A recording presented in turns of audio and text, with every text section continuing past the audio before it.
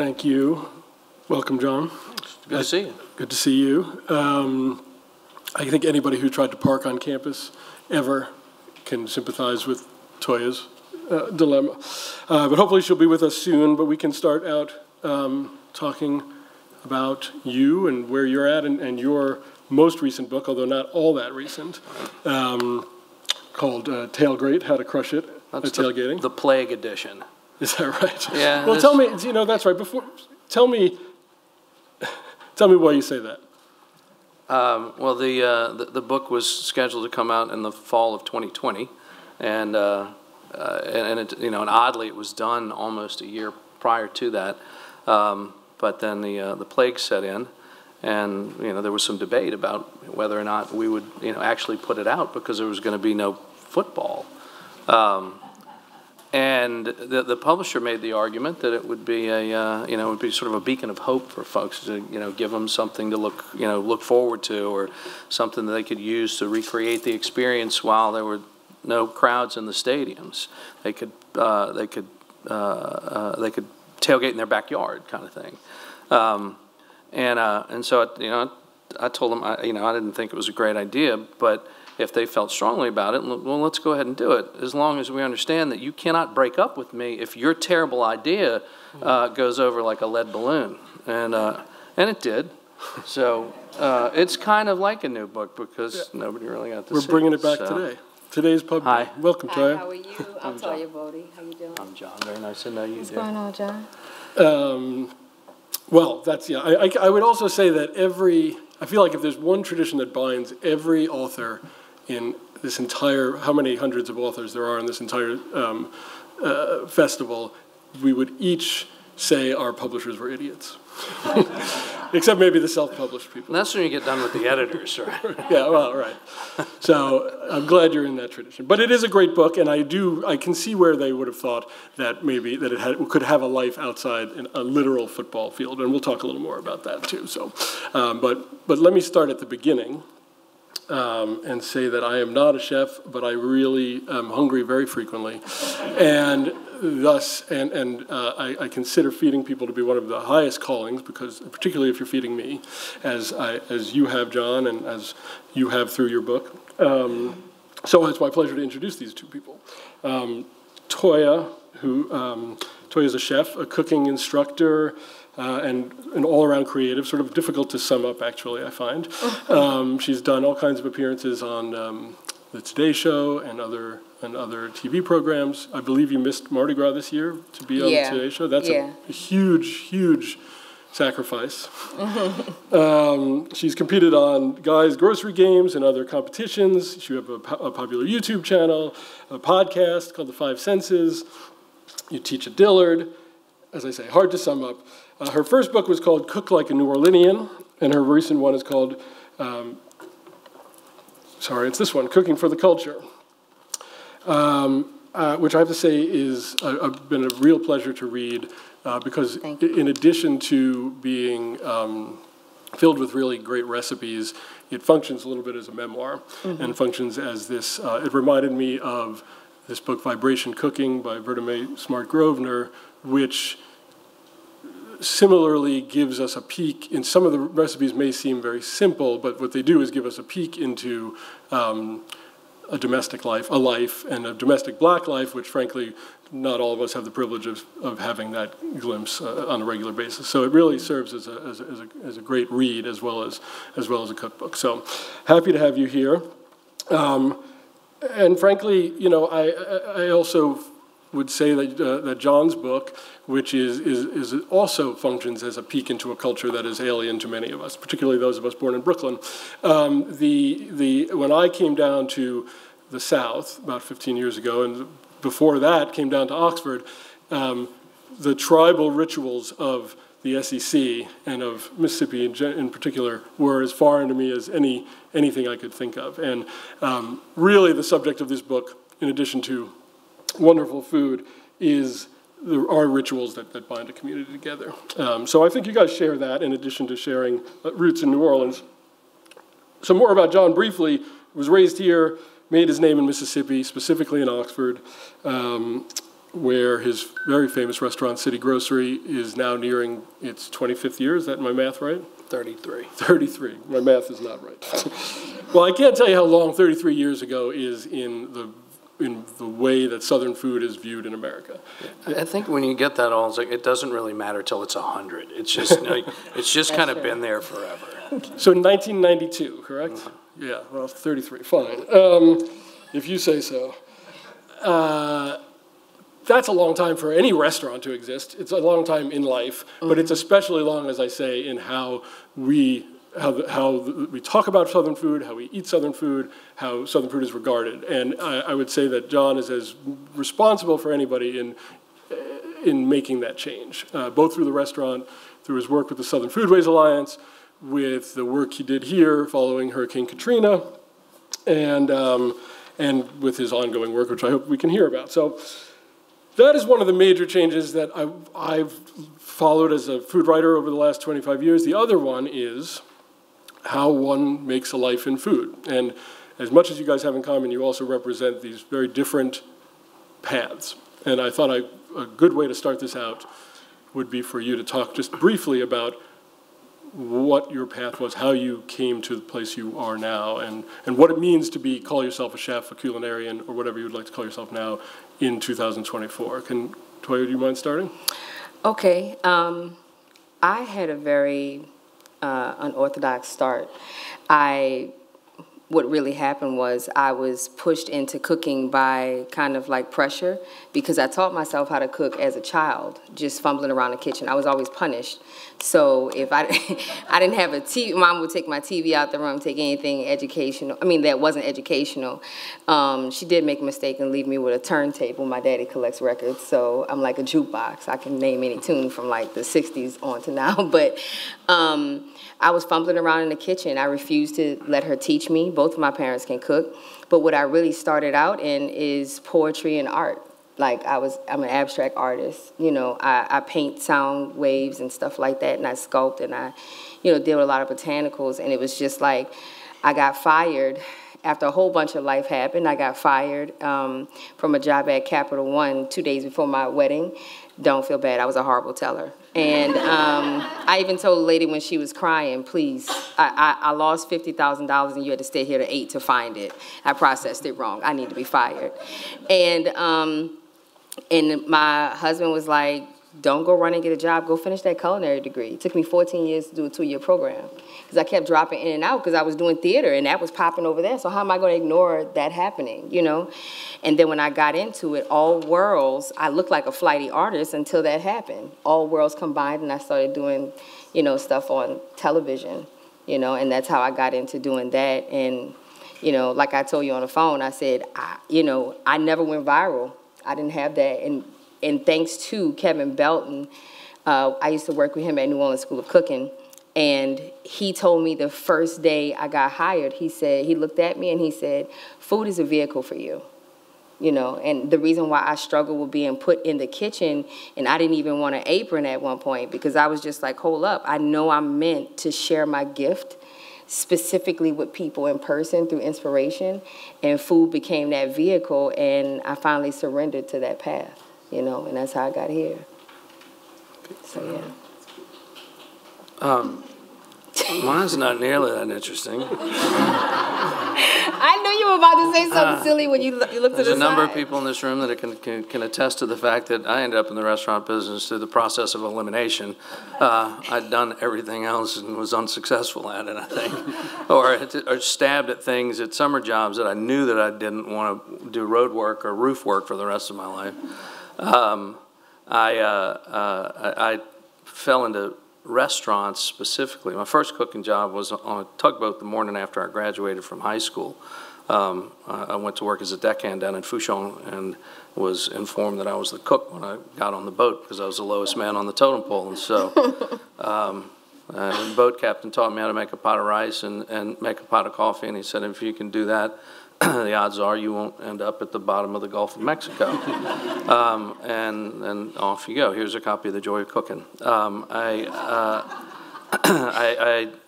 ended up, I went to school in Virginia with the hopes of playing football and that lasted about as long as it took my first 2 steps to get on campus. And so I found myself picking up odd jobs at sandwich shops and whatnot when I was in college. And I bailed out of school in Virginia and moved to Chapel Hill because I wanted to go to the University of North Carolina. And a pile of my friends were all working in a restaurant called Crook's Corner at the time. And unbeknownst to me, Craig Claiborne, who was the editor of the food section of the New York Times, had come to Chapel Hill to visit Edna Lewis, and had gone to eat at Crook's, and it all of a sudden became his mission to make sure that people understood that there was a restaurant that was making a case for the academic study of Southern food, that Southern food was significant because of what Bill was putting on the table, and that was the first place. You know, I love to tell people, I remember my grandmother coming to eat and looking at me and going, "Y'all charge $6 for pimento cheese?" It was insulting to her. But that's where cornbread and collard greens and shrimp and grits, Hop and John and fried catfish and barbecue were all things on a white linen menu. And that's where I found my love for the craft and started curating jobs. But it ultimately led me to being coerced into or cajoled into coming back to New Orleans to help my real mentor in the business, whose name is Larkin Selman, open Gautro's in '89. And when we opened that restaurant, I mean, that was a pure hell gunslinger kitchen. It was the first time I was involved in super high pressure, highly competitive restaurant scene, and I was 100% sunk after, our second or third night of service. I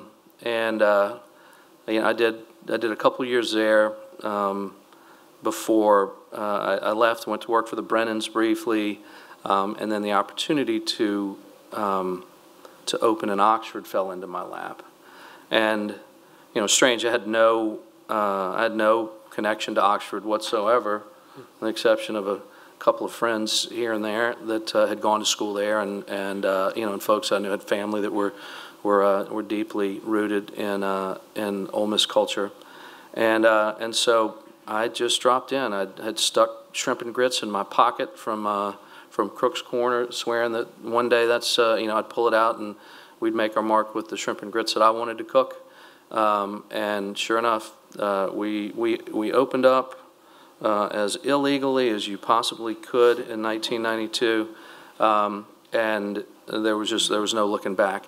And that was what really began, my education in Southern food. I think it's interesting that I tell people all the time, it's New Orleanians, we don't really consider ourselves Southerners. New Orleans just happens to be in the South. As long as you don't cut off the rum supply, you can put New Orleans anywhere and we'd be happy.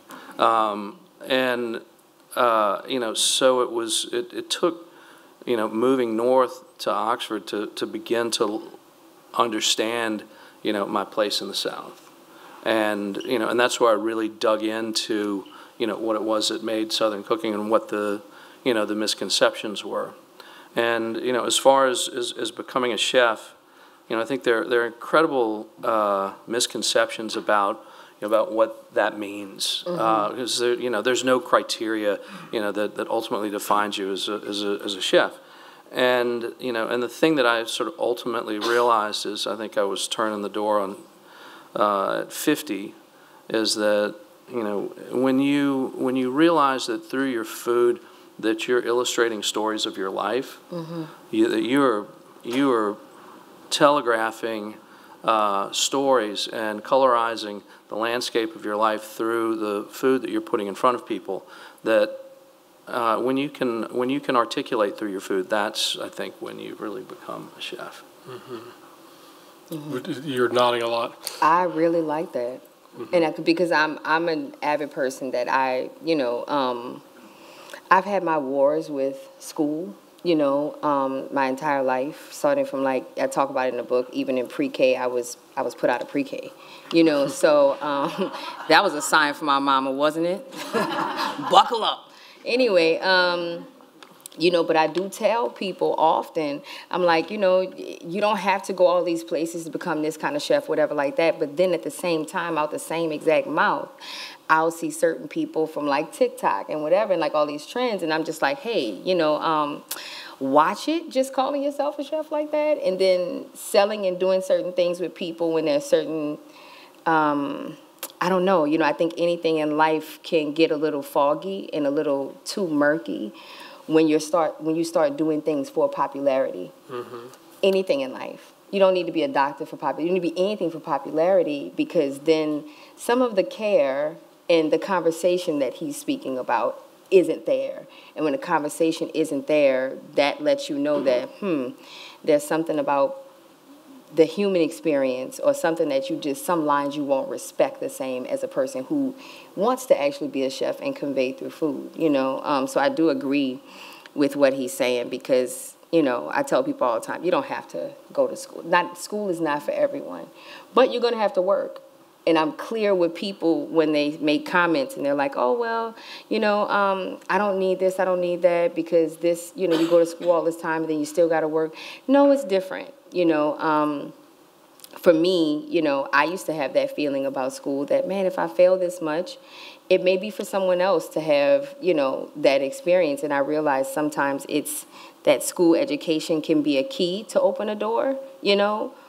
But when you don't have that investing in yourself time put up, you have to kind of bust the door down. And that's you know, you got to keep kicking that door. It's different. It's work, you know, but I do, all that to say, I really do agree with how he articulated that, because it is a good conversation. Yeah, and you have to love it. I mean, that's the other thing. You have to love it. It just strikes me that, I mean, one of the things is there's so many different paths now, I think, than there were when you're, you know, you got particularly, even in the kitchen, you start as a dishwasher or on a tugboat, you start on, you know, you have to work. There was sort of one path, but at least you sort of knew where you were going, theoretically, to presumably owning a restaurant as the capstone of or maybe being on TV. But with restaurants as kind of the undergirding authority you had was being in restaurants. Now you've got all these, so many other paths, or so many other opportunities, but not as clear a path. And so, I mean, Toya, when we spoke during the week, you told me about sort of this walking the line, or at least as I understood it, walking the line about this virality thing. You know, that you don't do cheese pull. You don't do, you named 2 or 3 of these TikTok things that everybody does. You got to watch it. And if you see her YouTube videos, they're not, you're not even in them, really. I don't even have, my personality isn't there. So, I mean, I crack jokes, you know, in person, but, and I show my personality on camera. But, you know, on the videos, it was just technique, because I just wanted people to cook. I don't like food bullies, you know, and especially in the South, a lot of people feel like they can't cook because they've experienced food bullies. For example, that one person that gives you a recipe leaves out about three different things in 3 steps, and then they have you in this idiotic fashion repeat what you did. It didn't work out? Tell me what you did again. I don't know why it didn't happen, because you left it out. You know, some people want to take that. And I do have a slamming macaroni and cheese recipe, and the reason why I made sure I put it out, because most people are trying to go to the grave with the macaroni and cheese. You know what I'm saying? They won't cook it in the afterlife or something. I don't know. Like, give that baby that macaroni and cheese recipe. Jesus. You know, people struggling with sliced cheese, you know, during the holidays. I hate to see it, but you know, that viral thing is tricky, and all of my children are in the arts, and I tell them, look, you know, you gotta step away from that. It's a difference between a slow cook and a sizzle in a pan, you know. And if it's like a virus lasts what, 7 to 14 days. You get a bad bronchitis run, you got about 2 months in your system. So that's still a short amount of time for your career, you know. Like, that's God. You can crap away 6 years in a bad relationship. Imagine that's a fast amount of time that your career can end following these viral trends. And like I told you, all of the attention, everything I built up, was all under. I was on television for a long stint before I even got to 5,000 followers. I just posted from my heart all the time, and I wanted people to be able to provide for themselves, you know? Yeah. You guys have both, just to finish with sort of all the extracurriculars, you've both done the TV dance, right, with the competition shows. What is good and what's bad about those? You maybe just did one, is that right? Which one you did?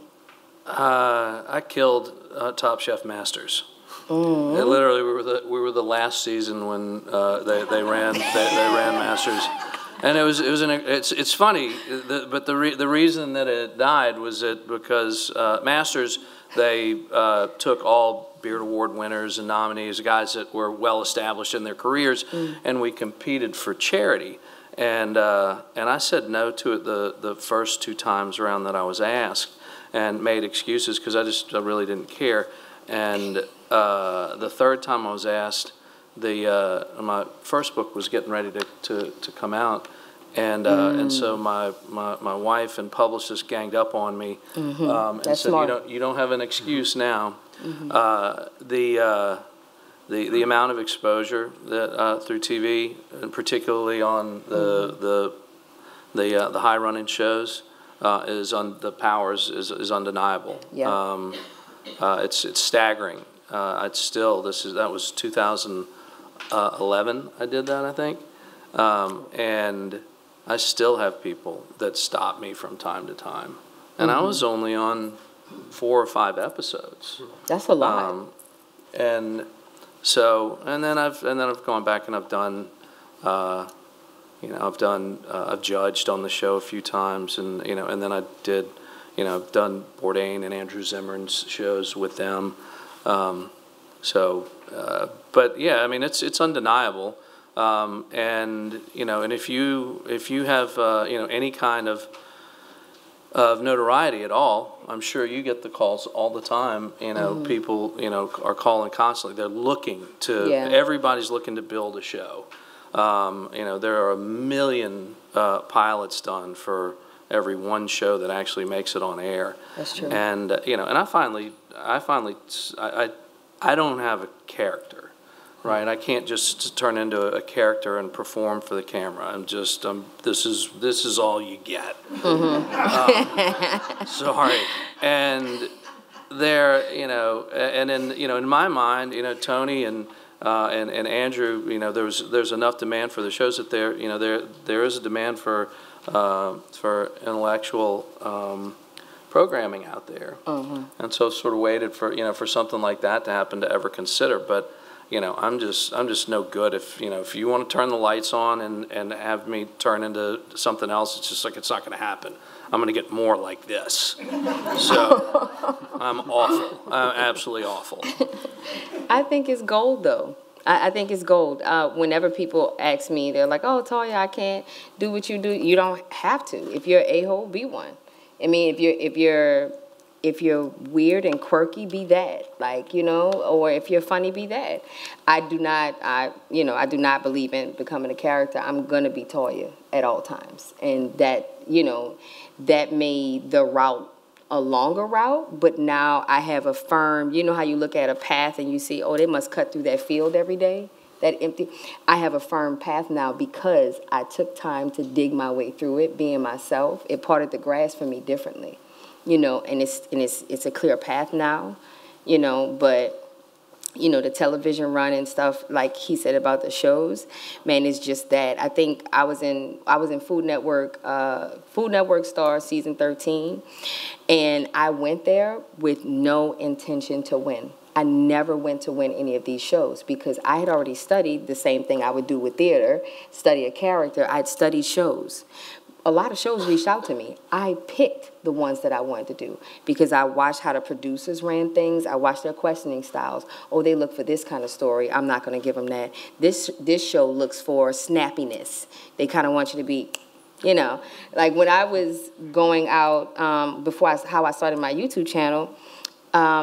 After some time, I said, okay, I'm going to go, Hell's Kitchen was auditioning down here. And I was like, you know what? They have a good run. Even if I get put off after one episode, I'll get some traffic to me, And I got pretty far in the process, so we were taking my IDs and stuff like that to do tickets, and then via text message, the producer basically broke up with me and told me we're going to go with someone else. But I knew the moment that it happened. You know what happened in the last interview? He said, so what are you going to do when Ramsey or whatever gets in your face? And I said, I'm just going to continue to work and listen to what he says. He said, no, like, when he gets in your face, like, what are you going to do? And he did that with his hands. And I said, honestly, my goal out of this is to end up with a show one day, the type of show that I want, so I would never, you know, bite the hand that could possibly feed me. And he was like, okay, okay.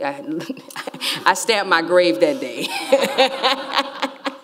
My name was crossed off the list like a kid playing hangman. Like, it was over, you know, but it was that, like what you said, the reason why I never did anything was because I just got to be able to be me. You know what I'm saying? Like, even with the book, I had to be able to be me.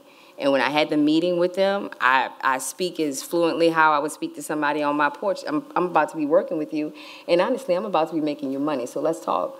And I said, if we do it like that, cover is the same thing that is from my proposal, you know? Yeah.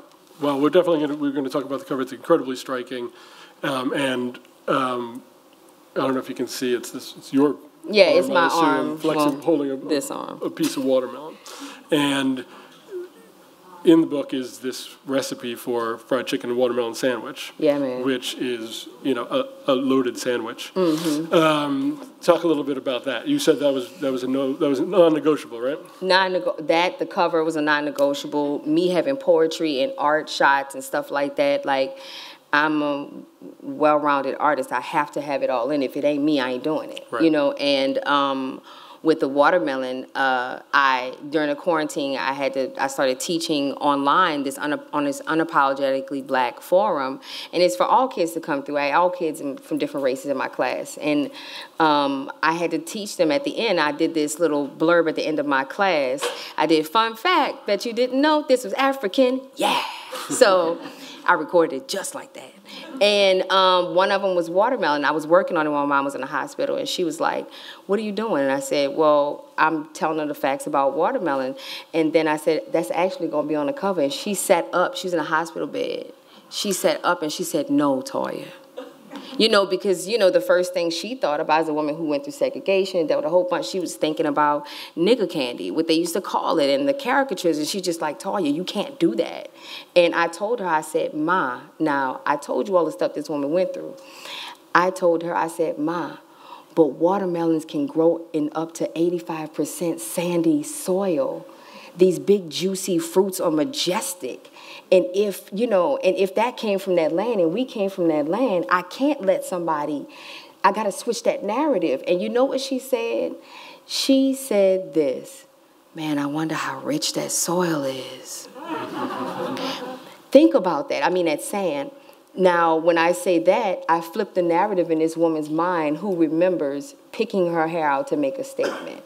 And, you know, generally, which people probably don't know, that black people, when we think about Africa, the first thing is slaves, lions. Like, you know, like, you just think, as a black person, you think about that. And I really felt like when I was going to teach these kids, I said, I can teach them black history with switching the narrative and making it beautiful. You know, because every stone is prismic.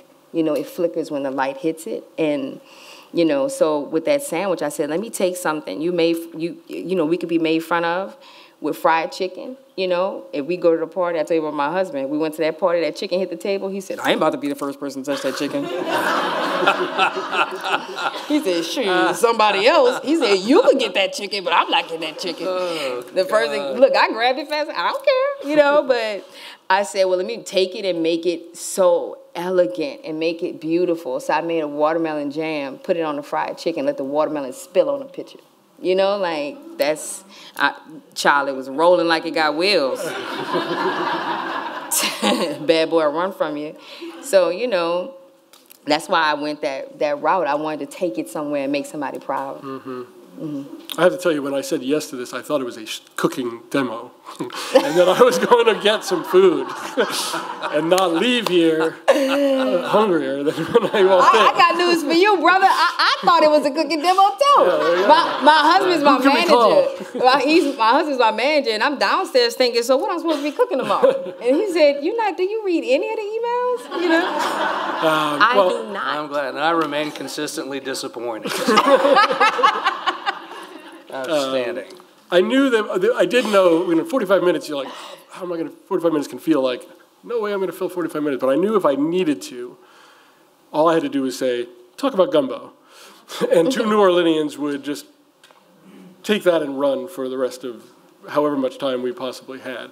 Both of you have what look like fabulous gumbos in your books. Both Thank of you. Grew up among gumbos, I assume.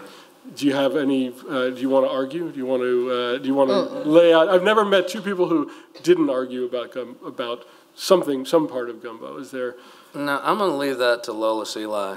Because Lolis will argue about anything, and one of my favorites was when Donald Link opened Cochin and had a black-eyed pea gumbo. That Lolis absolutely put his foot down. He's like, there's no black-eyed peas in gumbo. And I said, Lolis, bullshit. There's anything in gumbo that you want to put in. Where do you think that food stuff came from, right? Scraps. It's sustenance food. Yeah, right? it's scraps. Now, that being said, one of the greater curses about having to leave the city of New Orleans and continue to eat is, woo, there's some bad gumbo out here. Oh, man. Oh, my They got some bad food. I don't know how they're living in these states. Especially L.A. The mop water shit that people will call gumbo these days, I literally, it happened to me recently. I was craving it, and I was in. Okay, so here, I'll go ahead and illustrate how stupid I am. I was in Tuscaloosa, Alabama, and we were getting ready to open another Big Bad Breakfast, and I got hungry one day. I walked around the corner to a seafood place, and they had gumbo, and I ordered it, and it was literally, I took one bite of it, and I said, that's it. I'm never doing it again. I don't care. I'm either going to be in the 504 or south of I-10. Or I'm eating from somebody who I know and trust, but otherwise I'm finished. Yeah, you should have been. That's scary. I don't know why. Yeah. Man, you went around the corner in Alabama? Yeah. Tuscaloosa, no less. Man, that's wild. Sorry. And once you have been indoctrinated for 35 years in Oxford, Mississippi, Tuscaloosa is a 4-letter word, so there's no credit delivered there. No, whenever I go to different cities, I try to find the cheapest hole-in-the-wall place that I could find, corner stores. Anything where people are outside maybe asking for something, then that's the one I want to go to because that's probably where the good food is. That's also where I started out, too, at 15, cooking at a corner store, the Starter Brothers. Man,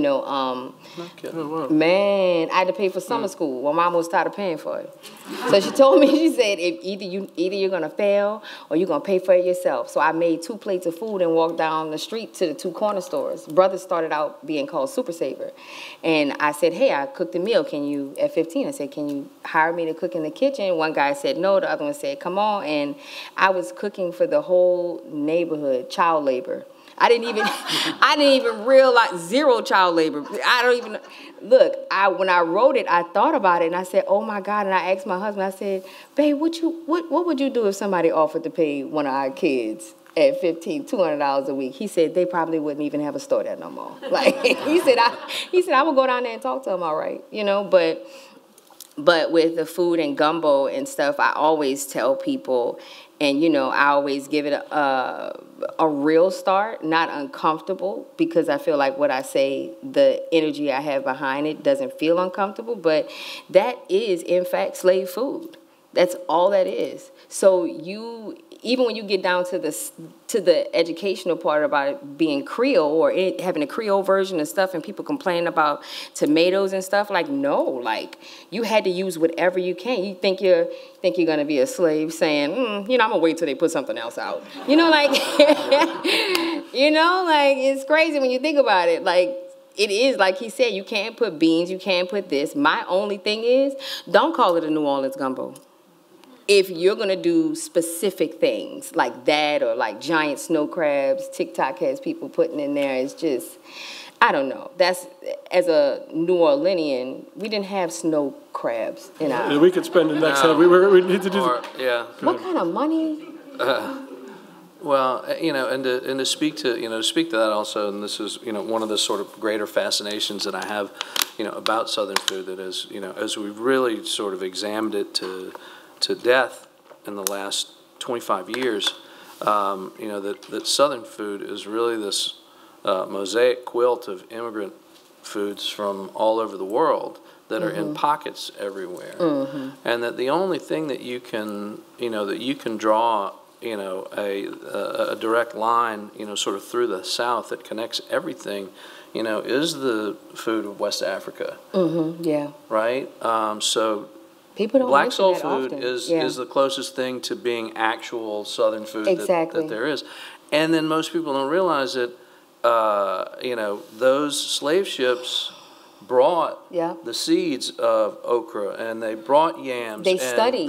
They spent decades. They spent decades and years studying the slaves because they couldn't figure out why the Africans would never get sick. When obviously they tried to get them sick by giving them things. We know about the Thanksgiving run. But like they tried to get them sick to try to see how are they surviving this. They studied what they would need down to a science to keep them strong enough to work the land, but not strong enough to be the warriors that they were. So they figured out greens, we need this, we need that. So like you said, like they took that, some was smuggled, like the African word, for okra resembles gumbo, like it's, and it feels so good to have somebody say that because you don't hear people say that often. As a black person, you listen and you know the history and you're like, man, that's wild. I can't believe you saying that like that. Let's just because we're running low, I want to make sure there's time for some questions. Raise your hand and I'll bring you the mic. Yes. John, I have a question regarding your restaurant that's been in business for 33 years. How has the menu evolved through the years, or has it? It has. One of the things that when we opened, I had no business opening a restaurant. I was 26, and so I thought I was clever in that I had enough experience in different things. I thought I could draw from my experience in South Louisiana and in New Orleans, French Creole, classical French, Italian, a little bit of Asian, Southern from my grandparents really, that I would open a restaurant that nobody could put a label on. I thought it was very clever, and it quickly became apparent that there's no way to make an elevator pitch out of that description, and so my food really was all over the place, and the menu changes to this day every 6 weeks, and it's meant to reflect the season that we're in as far as cooking technique and the ingredients that are available. But it was really, if that was 92, the summer of 98, my father turned 60. And he and my mother took a house in the south of France, and I had, and they for a couple of months, and they rotated folks through to celebrate my dad's birthday. And for the week and a half that I was there, I had a garden planted at home, and I knew that like corn and squash and beans were all getting ready to come in. And for the first time in my life, I found myself craving, like lemon squash and, all these things that I knew were, in the garden at home. The last day that I was there, the house also doubled as a cooking school, and the young man who was the chef there and I were cooking together every day because I can't sit still on vacation. And so we went to the market in Cannes, and we're picking up some ingredients, and all of a sudden he comes running up to me with this pot of okra, the tip of it between his thumb and his finger. He says, "Chef, tell me about this. I do not know how to cook, and can you tell me what you use?" And I was like, "Oh, bro, go to the okra. We're going to put on a little seminar this afternoon." And so he came back with this tiny little bag with like 5 okra, and I'm like, "Dude, they're not hot, okay? Go get all of them." And so we went back and made okra quick pickles and my grandmother's black pepper boiled okra and tomatoes.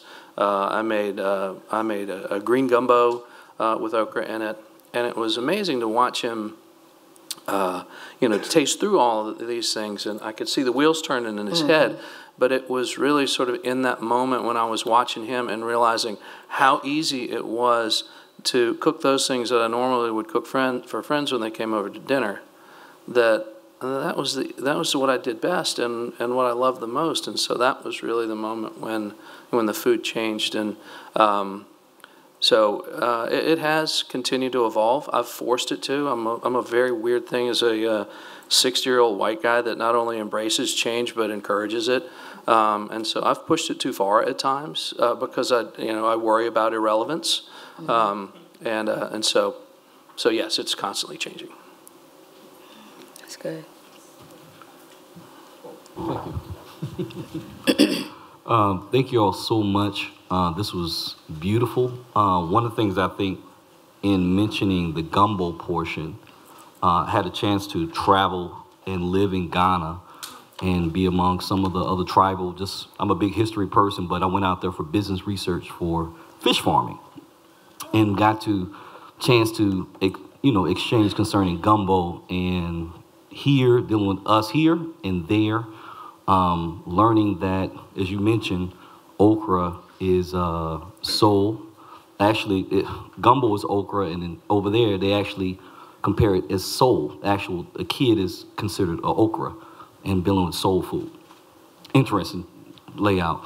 But my question wanted to be is, with the changing atmosphere here, the landscape concerning seafood, how are you all adjusting concerning, how do you see the adjustments happening concerning the ever-changing landscape, concerning the price, the accessibility of seafood, concerning your culinary ventures, and then two, how do you, what things do you do for exploratory learning to help with the evolvement of concerning like Cajun food, Acadian food, Nova Scotia, or even just African foods and understanding that landscape?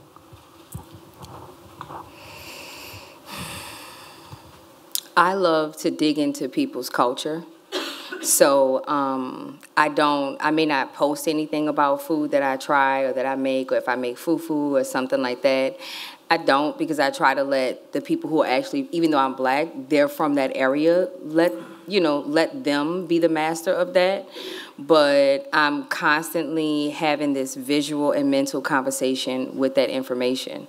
I'm always looking into people and asking people. Like, I was interviewed by a guy who was from Trinidad. The first thing I started doing was talking to him about his food. And I just ran, and I didn't even realize that I do that until you ask that question. And I was thinking, as soon as I find out someone's from somewhere, and I'm like, so what do you like to eat? Like, because I feel like it's a history lesson. You're communicating, what I say when I teach at Dillard, we're communicating with the ancestors. We're having a conversation when we cook food, and when on last Juneteenth, I was speaking at the Whitney Plantation, and the room was filled with all different races, and this one guy, I was telling him, I was like, you need to think about, like, what's at your table. Don't think that you don't have a history because you're not black or you're not Spanish or whatever. You really have a food history that you need to communicate with and pay attention to so you can understand what you need, don't need, even down to why you have certain things that irritate your body or whatever. It just depends. So I think staying on the ground with those things and communicating with actual natives, that's what I like to do. And as far as the seafood prices and stuff like that, people got to get their mind right. Yeah, it's a bad challenge right now. I mean, you can't find crab meat, or you can't find jumbo lump crab meat under $40 a pound now. That's crazy. So what we've done for the last 10 years or so, we've championed a lot of the sort of marine biology departments that are working with cultivating different species. So you now have across Louisiana, Mississippi, and Alabama, dozens of working oyster farms. Mm-hmm. We've got redfish being farmed in Texas. And so, finding the guys, and we really dig into it because, I've seen a lot of footage and read a whole lot about how whatever it is from Vietnam and China that they call catfish and repackage over here, and what those ponds look like. I lean on catfish. I'm a big advocate of catfish. Catfish got a bad rap, when from sort of my days as a young man and farther back. When good farm-raised catfish, I'll eat it next to flounder. Yeah. And so, being an advocate for, for a product that, just needs a little bit of a, of saving is the kind of thing that we lean into as well. We have reached the end, unfortunately. Sorry if anybody was left with any questions. Thank you guys so much. Thank you. I look forward to eating with you.